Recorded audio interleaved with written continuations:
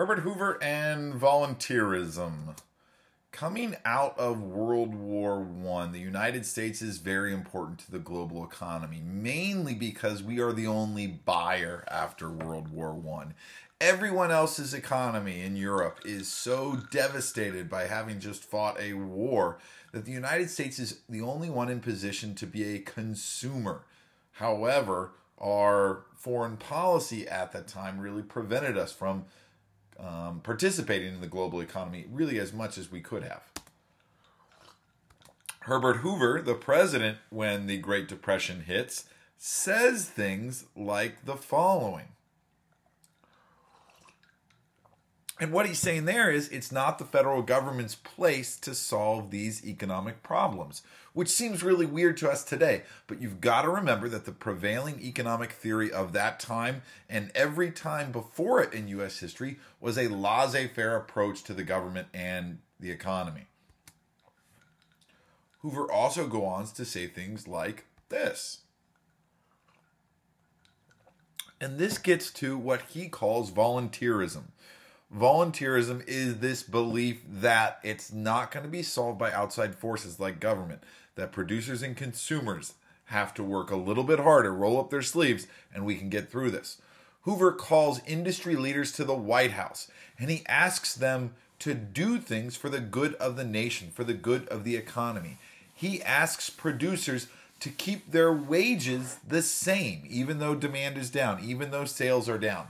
Keep the wages the same. He asks them to keep their prices the same. Even though they might be able to increase sales by cutting prices, he wants them to keep their prices the same. However, just asking them is not enough, and both wages and prices begin to fall within months. Hoover also says this. And what this means is that there will be no direct federal relief from Herbert Hoover or the national government. This is in line with volunteerism. Private charities and local government are going to feed and clothe the needy, in Hoover's opinion. Now, he does start some construction programs, most notably the Hoover Dam, but overall there's very few public works during Hoover's administration. Those would have been helpful because those could provide jobs. Hoover lowers taxes, so really the government's not going to be spending more at this time because they're bringing in less money. And he continues to tell Americans prosperity was just around the corner.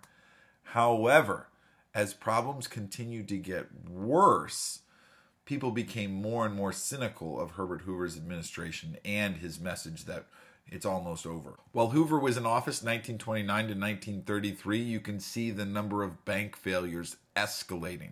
To try to help with this, Hoover creates the Reconstruction Finance Corporation, where the federal government would give loans to banks to prevent them from going under. And that was created in 1932. But as you can see, it was probably too little too late because the worst year for bank failures was 1933.